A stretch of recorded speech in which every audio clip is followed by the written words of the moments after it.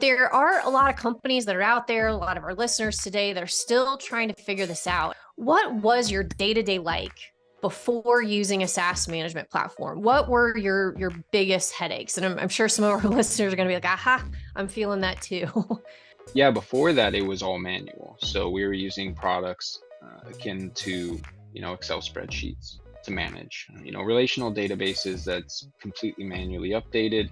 And I think it takes a substantial amount of manpower, not only to first aggregate that list, but then Hmm. by the time that that list is aggregated, it's already out of date, right? Yeah. And it can be out of date in terms of not only the tools that you're using, but let's say the data classification within those tools, right? Making sure that the scope of that data that should be contained there doesn't creep. It's just the biggest thing is before I worked in managing those tools in terms of determining what those tools are, who's using them, how much they cost, and what they're used for.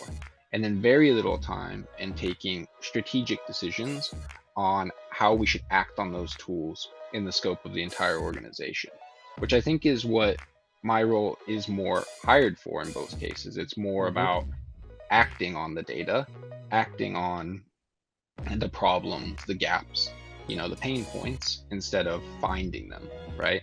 And I think Zylo takes a really large chunk out of that, or a SaaS management tool. It's interesting, like sometimes you measure the value of tools by how often and how long you're interacting in those Yeah. tools. The beauty of Zylo is on a Monday morning, open it up and I can see new spend right away. I can see what's our trend for this year in terms of budget and allocate that to different tool requests that we're getting, right? Within 10 to 15 minutes. And these are things that we would spend months aggregating, going through different Yeah. spreadsheets, seeing, okay, how's this? And then reaching out to finance to go into the ERP. How much have we actually spent of this budget?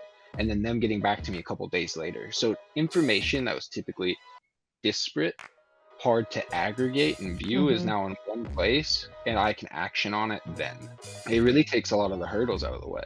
It also increases, at least in my case, some more enjoyment instead of just messaging people all over the organization. How are you using things? Why are we spending this money? Right? You get out of the what makes people mad into more into what makes people glad, Hmm. I would say. I like that.